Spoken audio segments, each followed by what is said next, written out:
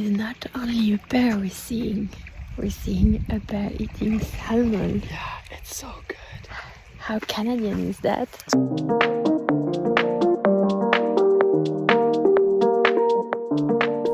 Hey, this is Next Meridian. We are Nick and Mathilde, and we left everything behind to travel the world with our Land Rover Defender, Albatros. 3 years, 7 continents, 88 countries, and just the road as a home.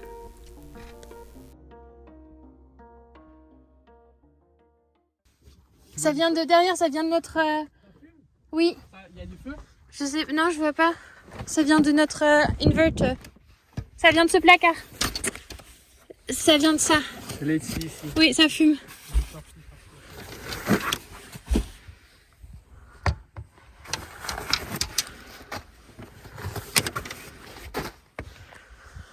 Is it fire? No. At the end of the last episode, we were on our way to Hyder in the southwest of Alaska when we had to do an emergency stop on the side of the road, and we kind of left you on a smell of burnt and actual smoke in the car. Eventually, it was just scary, but there was no big actual damage. Just a bad smell and a disrupted electricity supply, but nothing else. From our situation with the DC-DC, our fridge is still using power, and we're now at 70% battery, and it's kind of annoying because I think till Vancouver we'll have at least 10 days, and for sure the battery will die.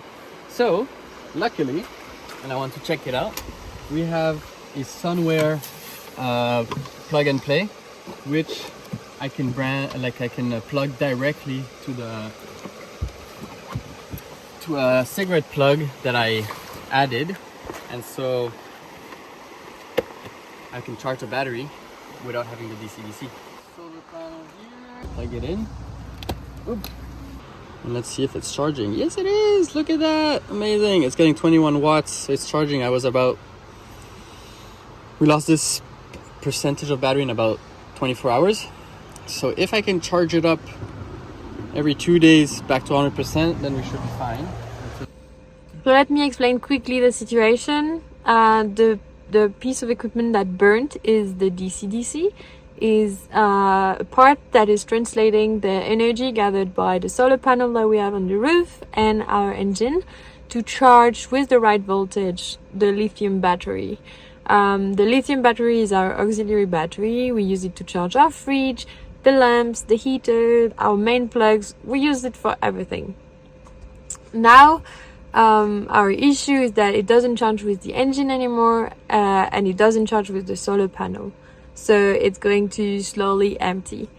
Nick figured a way to charge it with the foldable panel, of course, so that should work while we have sun and when we have enough time to actually put the panel out.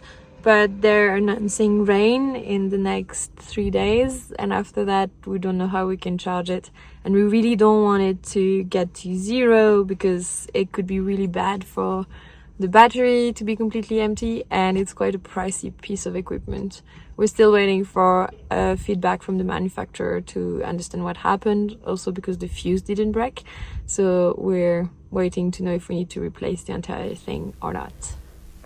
There was nothing else we could possibly do at this exact moment, so we continued on the road and we caught up with the delay by driving a bit later in the evening. And in Canada, when you drive late on the road, you are never alone. While I'm editing the next video, I asked Nick to look for a black bear on the side of the road, and he thinks, a hedgehog. Yeah. Look in there. We're looking for a big black hedgehog.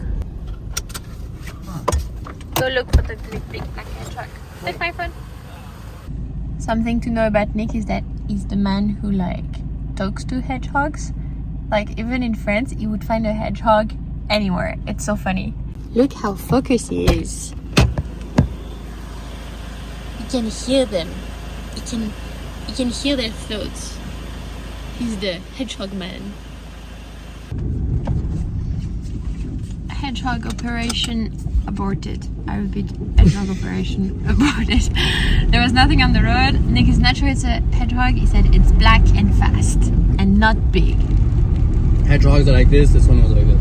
Okay, so we're looking at an unidentified individual of small-ish size that could be hiding in Canadian forest.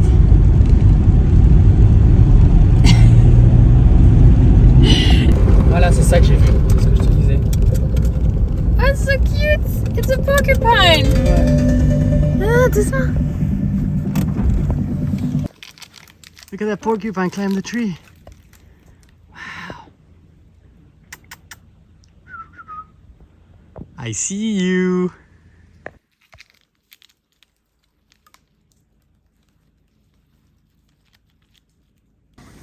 Nick, you were right. A big black thing looking like a hedgehog, but too big to be a hedgehog. Porcupine, I was right. I think your sole animal here is not the hedgehog, it's the porcupine. Yeah, for sure. Okay, let's go find bears.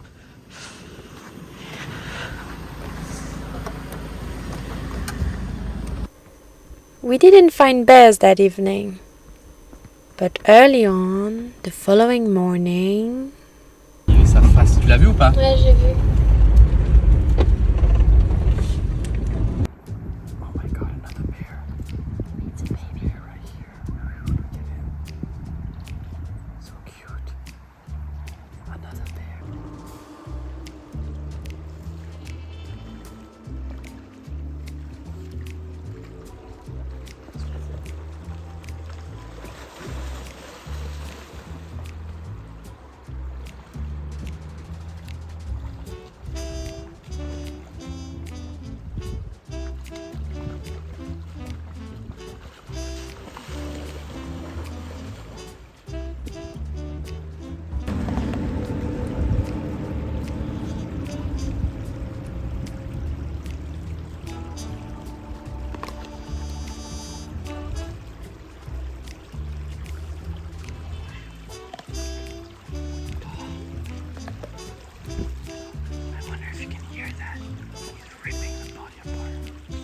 It's not only a bear we're seeing a bear eating salmon. Yeah, it's so good.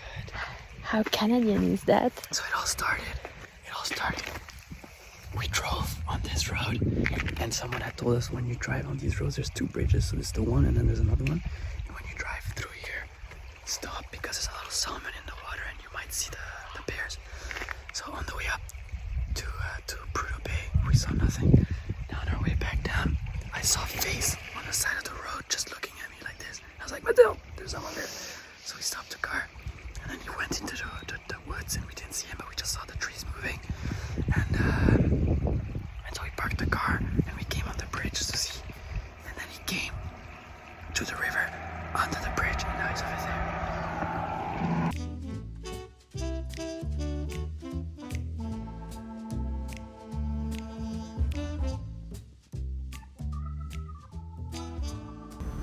After this thrilling bear break, we continued the road toward Hyder, Alaska.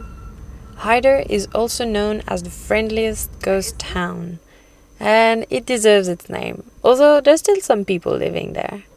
It's a tiny settlement located at the end of a road accessible only from Canada. The place is so small, they use Canadian dollars, and it's the Canadian police that is tasked with keeping order there if needed. In our case, it is also the only gate to the Salmon Glacier, where we were heading that day. Welcome to Hyder, Alaska. Cool. We now left the town of Hyder and we're driving up the road in the valley towards Salmon Glacier.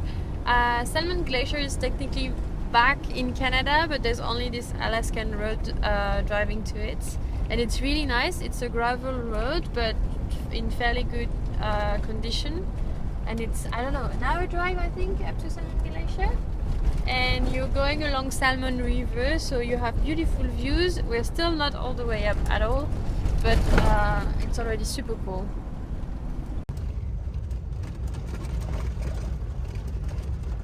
So here we go. That's what I meant when I said that Salmon Glacier is back in Canada. Salmon Glacier is that little dot over there, and we are in blue. So this is Canada and this is the USA. So if you go down the road, you're in the USA, and we entered through this road that was coming from Canada. So yeah, Canada, entry into USA, get up the road, re-enter Canada, and we're going to the Salmon Glacier. It's the kind of place where borders don't really make sense.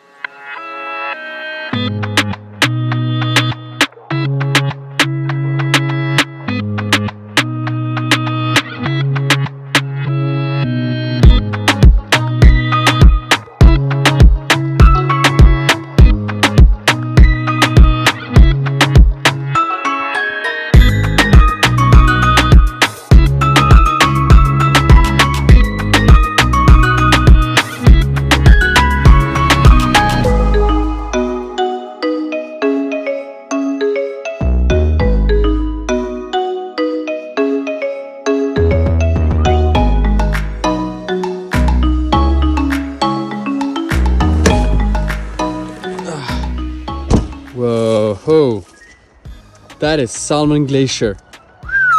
Look how big the glacier is. Whoa, and then it continues down this way and it... Woo. Risotto, asparagus, some lemon. And then we have a little bit of parmesan.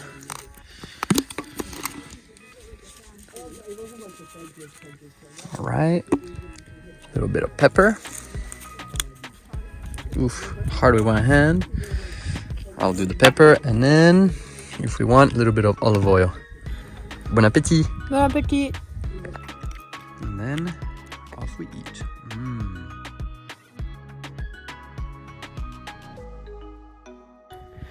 We slept at the Salmon Glacier. We were told to walk a bit on this off track. There's no coordinates to this place, but there's some glaciers, some caves, and because of the ice cave and everything, you can walk through it and it creates like a blue wave on top of your head. So we're gonna try and find them. It said it takes about an hour to just walk around this direction, and then we'll see them from far. So that's what we're looking for now. And because we haven't hiked in like 3 weeks, I can really feel it. Crazy. Anyways, let's go find them. First signs of snow. It must be getting closer.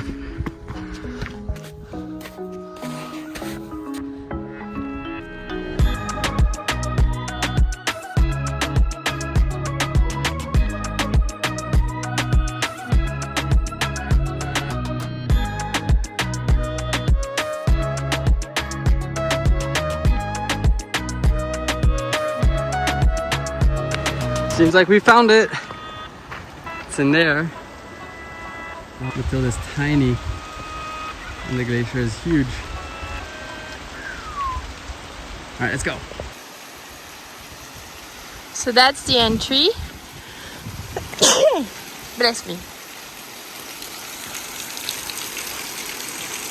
And yeah, it's raining all around. Ta-da! Amazing! Funny the formations that it makes, right? Yeah, it's so pretty. It's sweating like crazy. It's all melting. Yeah.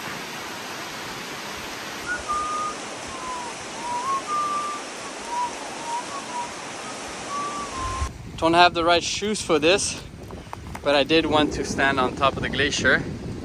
We were just in there, so I really didn't do much, but it's okay. Just wanted to have a feel of how it feels. We are standing on the glacier and it is super slippery and very toppy. Looks like it's very sharp. Like you know, if I put my hand here, if I was to slip and slide my hand on here, I'd probably get tons of cuts. So let's go back down. Let's not play around, and it's super slippery. So As we came back down to the Albatross, we got the surprise of finding 2 motorbikers we had already crossed paths with twice during our trip from Alaska. We never really stopped to talk with them. That's funny. Yeah. You never know. The only accessible thing. Explain to me all the stuff with his motorbike. Okay, let's go. Okay, so what's your name? Ben. Nice to meet you, Ben. And Ben goes to? I'm on my way to South America from Alaska to the bottom of Argentina. And I'm in a Honda Africa Twin, and this is My dream bike. Nicholas' dream bike. This is my bike Poseidon. So last year I did the US, and then I loved it too much. After I lived in Alaska for a year, I decided to do the South America trip. And this is my rig. On either side of the bike, I have bear spray and an air horn, and then I have like a little camp knife here. This is my bag of food, so I can just hang it up away from the campsite. In this side, I have a sleeping bag, a tent, and a camp chair. And then my backpack is just for miscellaneous stuff. And in this, I have a quart of oil in case I start leaking oil, and my drone. I carry 2 gallons of gas, and then I have a bike cover. Cool! That's a good idea. So it's more for like safety. So just like if I need to put it behind an alley or something like that, I can just cover it up. That's trash that I gotta throw away. Mini pepperoni. Look at this sign though. Yeah. That's cool. Alaska to Argentina. So it's live_explore. Alright, hey Logan, where are you from? Hey, I live in Homer, Alaska. Lived there the last 14 years. Yeah. It's my first time taking this bike out of Alaska. It's actually like the 3rd ride I've ever done with it, actually. So what bike is it? KLR 650. Alright, 2001. sweet. Cool. Got it for like $2,000.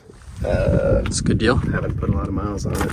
But Ben was going down to Argentina, and I decided I'd escort him down to Washington. That's Ben. So, Cool. I'll just show my little custom stuff. Yeah. Alright. This is a professional wind blocker. You can find it in any decent Yukon trash can. Yeah, how much is it? It was pretty pricey, actually. Yeah. 100 Canadian. Oh wow, alright. This is for when your glove doesn't work on your phone, so you pull out your little stylus and change your song on here. Very smart. And then, let's see what's there. You just gave free 2 tips to people. Coke Yeah, bottles this is and the bottles. cheap ones. And then, alright, so this is when you can't start your bike. Let's see. When you can't start it with the starter here, if it doesn't work, you get some pliers. Any old brand will do. I choose Milwaukee for continuity. And you reach down and you do a little start shower. Yeah, I wasn't ready for that, but nice. There we go. Not always happy, but 3 tricks. Oh yeah. I bet you have many more under your sleeve. Yeah, there's a number. On that note, we gave Ben and Logan the tip about the ice cave, and we parted ways until the evening for a camp together. We continued exploring the valley for a while until we were blocked by mining operations. Eventually, even if we couldn't go all the way down the road, it remained one of the nicest drives that we've done so far. The view on the glacier is absolutely unbelievable.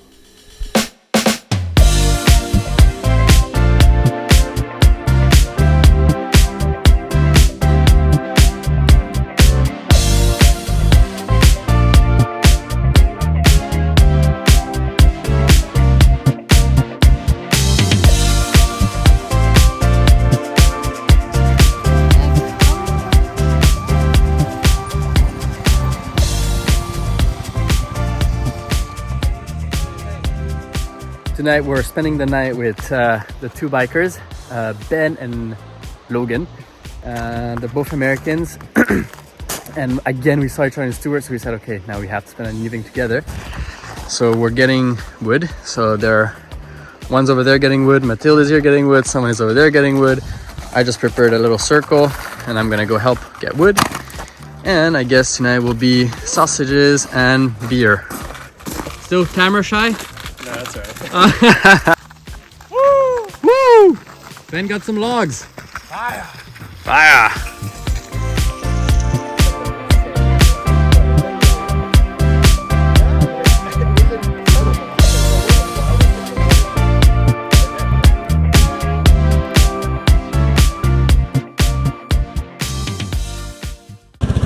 Raining like crazy right now, but The bikers are ready. We are ready. We're gonna drive together till that bridge where we saw the bear last, like 3 days ago.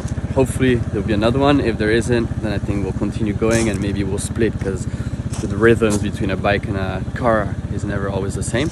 But we'll see. Anyways, it's so much fun having met them. It's really cool. Had a great fire last night, having tons of chats. We didn't film much because we just wanted to enjoy the moment. But we'll see them again.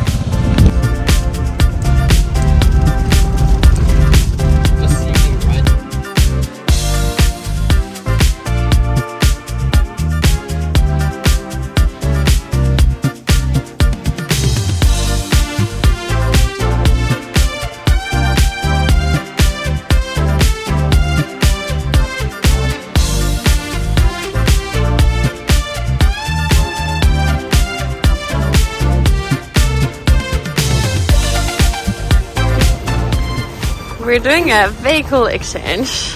We're gonna motorbike, switch the motorbike for the car. Mathilde is sold with the car, and I get the motorbike. Bad joke. Bad jokes. Okay. It's small, yeah? Right. Yeah, it's tiny. Yeah, so brake. When I picture the inside of this thing, I just picture like a rundown, just beaten up vehicle. Like, This one is the latest model, so it's That's like modern. well, because it seems like it's like from the 90s or 80s. Yeah, it looks So I like the just imagine 90s. It would be like. Yes.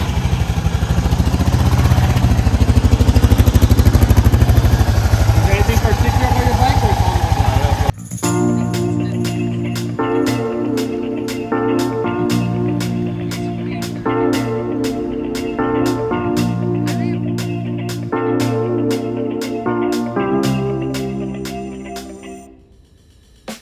At that point, we parted ways with Logan and Ben and continued south. Direction: Vancouver Island. Still with our burnt DC-DC, of course, and emptying batteries. In the next episode, we become creative to try to fix the issue. We discover the Canadian rainforest, and we meet fellow travelers and old friends. Subscribe to the channel if you want to join the rest of our journey around the world. See you next week!